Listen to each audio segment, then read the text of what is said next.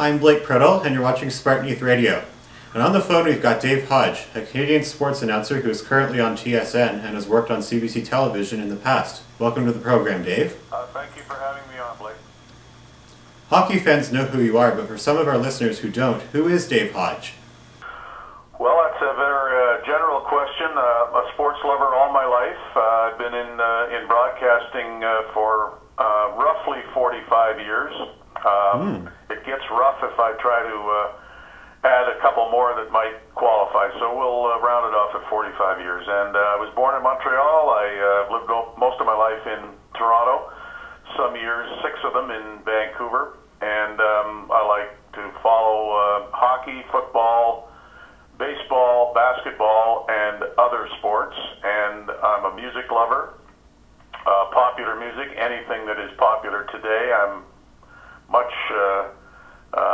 I'd much rather listen to something that has been recorded yesterday as opposed to many years in the past. So by that, I'm trying to stay as young as you are. Was being a sports announcer something that you've always wanted to be, or did you have other career plans? Well, it's an interesting question. I'll give you the answer that best sums up my situation when I was in high school. And everyone stood up and was forced, I guess, to declare their career intentions. And I heard a lot of doctor, lawyer, teacher, knew it didn't apply to me, but knew that it was easily received, and the next person could get up and say what they wanted to be, and there weren't a lot of questions about doctor, lawyer, teacher. So I usually picked one of those. It was lawyer sounded good to me, even though I knew, and nobody else knew, that I wouldn't have the stomach for all of the education that was required. That's a long way of saying that what I should have been declaring in the classroom was that I wanted to be a sports broadcaster. But to me at the time, it sounded too much like standing up and saying you wanted to be a movie star or a cowboy, and I'd have been ridiculed if I'd said either of those things. So I escaped the ridicule by saying lawyer, but what I really meant to say was sports broadcaster. So when it came time to making a decision that would actually affect me and not just be floating around the classroom for others to hear, my choice between sports broadcaster, lawyer, and movie star was pretty obvious. I wasn't and couldn't be a movie star. Didn't want to go to school for that length of time to become a lawyer, and knew that I wanted to be a sports broadcaster. So from that point on, I determined that that's what I do. Well, I mean, the lesson in this is to do what you want to do, what you really want to do, and not what you think others might want you to say.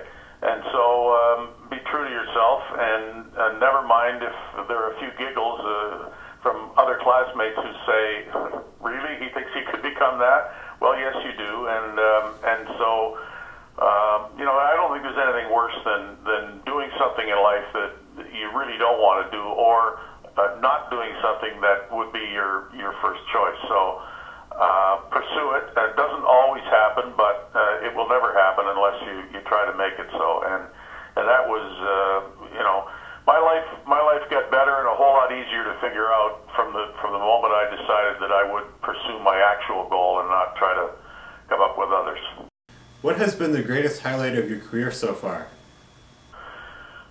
Well, I mean, some would say, I spent 16 years as the host of Hockey Night in Canada, and I grew up thinking that it was, the number one show on television in any country, and certainly the top-rated sports vehicle in Canada. And it was an honor to be considered for a position on that show, and certainly a great pleasure to work on it for one night, never mind 16 years. But I've gone on to do other things, and I realized that there are many more exciting opportunities in other aspects of Canadian television, and so I'm glad that my career has included some variety in that respect.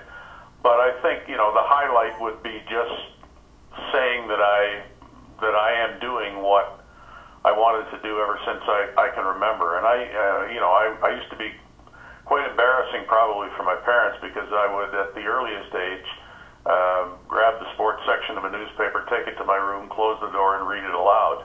I still today have a bit of difficulty reading to myself. I'm wanting to speak the words as opposed to just read them. But little did I know at the time that it was the greatest training I could have had for what I wound up doing. So I always visualized myself and thought of myself in that role, and it's great when you can wind up doing that. So every day I get makeup applied or attach a microphone to my tie or write a script or speak and realize that there are people on the other side of the camera, so to speak, who are listening. Each day is a highlight. It sounds a little corny and maybe it's a cliche, but you never want to lose sight of the fact that you are doing exactly what you want to do. On to a serious topic. Concussions have been talked about in the news. What are your thoughts on the issue? Well, I think it's a very serious one. I think we obviously have much more information now than used to be available, and we should take advantage of the fact that the information is at hand, and we should learn from it.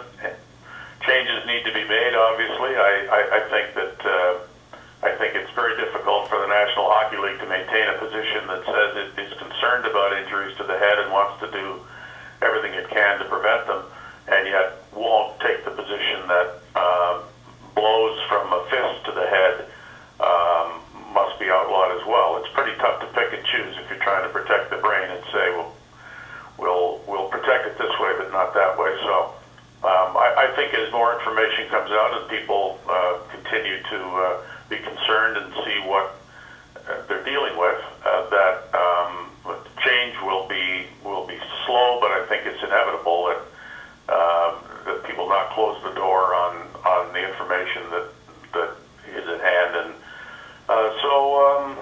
it's in the last 2 or 3 years, I guess, we've come a long way in terms of knowing what goes on inside the heads of athletes, and that's a good thing.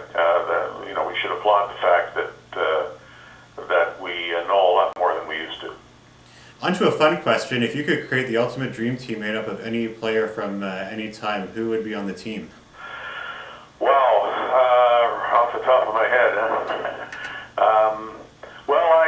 sentimentally, I would have Jean Beliveau on the team just because he was my favorite player growing up, and perhaps not the greatest centerman of all time when you think about Wayne Gretzky and Mario Lemieux. But maybe I'd make Jean a winger, and so Gretzky could be at center, and another forward. Well, I'm going to make Mario a winger as well. Bobby Orr and the great Doug Harvey on defense, who was another favorite of mine growing up, and in goal, I think, let's see, who should I put in goal? Well, the best goalie I ever saw, I don't know. You got me there. For the two years that he was at his very best, I don't think I ever saw better goaltending than Dominic Hasek. Ken Dryden's rookie playoff year was the best single bit of goaltending in a month or two. So I'm going to defer a definite decision on goaltending and probably pick one of those two. Sounds good to me. So what advice would you give to someone who would want to follow your footsteps in sports broadcasting? Advice would include taking every advantage possible to learn about the profession by watching others, by taking an internship, by volunteering, pour somebody a coffee at a radio or television station, and just familiarize yourself with the business any way you can, and jump at summertime opportunities. Really kind of make a bit of a nuisance of yourself, and let people know that this is what you want to do. Study the English language. It's very important to use it properly. I think words are my tools. I'm not much with a hammer and a nail, but I try to be as conversant as I can in the language, because there's nothing that bothers me more than turning on the radio or television in hearing somebody who mispronounces a word, uses the language improperly. So those are two bits of advice, and just continue to ask yourself, is this what I want to be doing? And if the answer is always yes, then keep doing it. But I mean, don't do it because it's fashionable. Don't do it because this would be a great life. I mean, there's money to be made as a broadcaster, but it's not made in the first few years. And almost anybody I know, and including myself, will struggle in trying to make ends meet. The other thing is to, if you get a career opportunity in a small place that you've never heard of, take it, and don't feel as though it's important to stay in a place where you grew up or in a big city. You'll eventually get to that big city if you're good enough, but all of the experience that you're going to require is better gained in a smaller place where you get to do more, and you really will hone your skills a lot better if you can work in that sort of a situation rather than be a small person at a big place. I think it's really good advice. I'll take your word for it. Unfortunately, that's all the time we had, but thank you so very much for your time, Dave. Well, I've enjoyed it, and good luck to you. And I'm interested in the enthusiasm that you put into this project, and I commend you for it. Well, thank you so much. That means a lot. Yeah, this is Blake Priddle for Spartan Youth Radio. We'd love to know what you think, especially the issue about concussions. Follow us on Facebook or Twitter, or send us an email at spartanyouthradio@gmail.com. Or give us a call at 705-869-1590, extension 6264. Spartan Youth Radio, we're all kinds of different.